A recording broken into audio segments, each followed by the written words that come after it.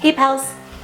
So I already filmed this video, but it was blurry, so we're starting again. Underconsumption core is trending and I am here for it. It's basically using products that you already have and not purchasing products until you've used up what you do already have. My latest video on boycotting fast fashion has almost 500 views, and that is so exciting to me. It's also very exciting for me knowing that this many people are viewing my content and enjoying it. So I really just want to extend a huge thank you to anyone that has watched any of my videos, has liked any of my videos, and is currently subscribed. If you haven't already subscribed, definitely hit that button for me. It helps me make more content like this, and it actually helps the algorithm push out more content that I create so more people are aware of sustainability and healthy living practices. So the thing with overconsumption is the more that you purchase, the less happy you actually are. It's amazing because we've been pushed this narrative, especially with social media these days, that the more things that you have, the happier you will be. We're constantly inundated with these images of these beautiful women having all these things and these products, and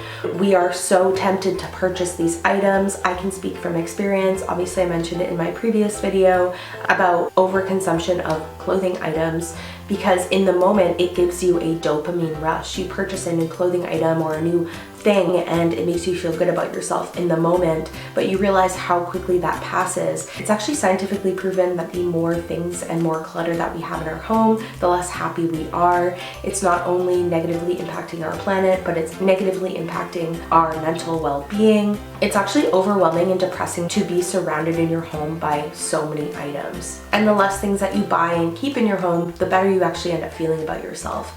I know this from experience from decluttering my home and getting rid of any clothing that I wasn't wearing, that you almost feel like there's a weight that's lifted off of you. Social media is quite literally destroying our reality. It's making us think that we need things that we don't need, and it's really fueling into this overconsumption of products and items, and people are more depressed and unhappy as ever. So this trend is just about using things that you already have and only purchasing things that you actually need. I'm gonna get into some tips for you guys on things that I'm currently doing to minimize my consumption and tips that you can use to start your underconsumption journey. Number one is any beauty or makeup products. Just using products that are tried and true and that you love, using it until you've either hit pan or it's completely empty. That is a huge thing. You're just using up what you already have, and recycling any of the bottles or any of the containers that it comes in as well is super important. An exception to this would be if there is a makeup product or beauty product that you use all of the time that you know you are going to end up using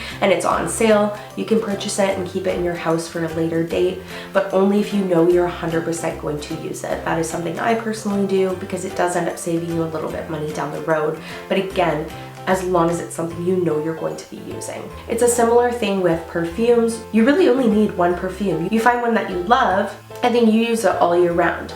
An exception as well could be if you prefer to have one for the winter time and summertime, so that you're not getting super tired of the perfume that you have. That's another thing you can do, is just choosing two perfumes that you love and keeping them. I have my own experience with overconsumption of perfumes. I have higher end perfumes. I had gone through a phase in my life where I really enjoyed purchasing them, and they're now just sitting on a shelf being unused.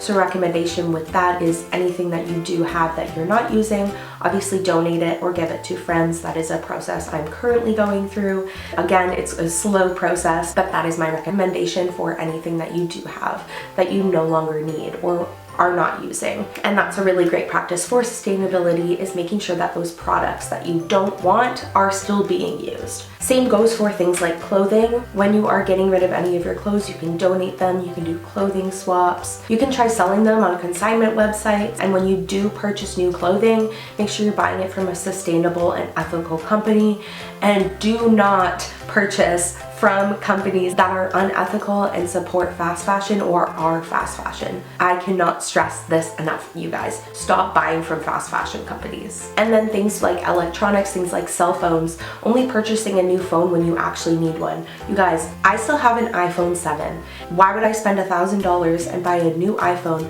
when, let's be honest, the new ones work practically the same as the old ones? I'm going to use this phone until it's dead in the ground. And that's just a huge practice in sustainability sustainability is only purchasing things when you actually need them. Otherwise, if I was to go and purchase a new iPhone, this one's just gonna end up in a landfill somewhere. Maybe I could end up selling it for a couple bucks, but I'd rather just use it up and save my money for now until I actually need a new one. Another recommendation I have is investing in higher end products that are going to last. So for instance, my mom still has a stainless steel pot and pan set. I'm pretty sure from the 80s that she still uses to this day. To compare this with newer age Teflon pans, a lot of these pans only last maybe a year or so before they end up having scratches in them and we have to throw them out. So it is a larger investment to begin with, but at the end of the day, we're actually getting so many more benefits from purchasing higher end and quality products that we are from saving a couple bucks and getting cheap products that are just gonna end up in a landfill. It is October, so December is coming pretty soon.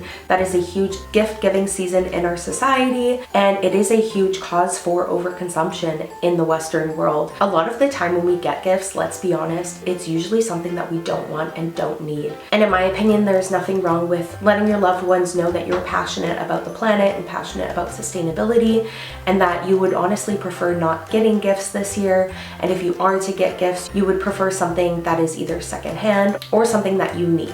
You can ask them if they're okay with you giving them a list of things that you would prefer, and just let them know the reason you're doing this. It's not because you're being picky, it's not because you're being selfish. In my opinion, there's nothing wrong with letting people that you love know about the situation that the planet is in. Because the more people that know about this, the bigger the change is going to be. There's nothing wrong with informing people of the situation and what's going on at the moment. I think that is going to make a huge impact in our consumption as a society and let people know the efforts that we are making. There's nothing wrong with telling people I love you, I appreciate you, but there are bigger matters at hand. And I think that's everything. If you guys enjoyed this video, please hit the like button. Again, it really helps me out. Leave a comment as well if there's anything that you are personally doing at the moment to minimize your overconsumption. I'd love to find out. Please hit that subscribe button if you want to support me, and I hope to see you guys around.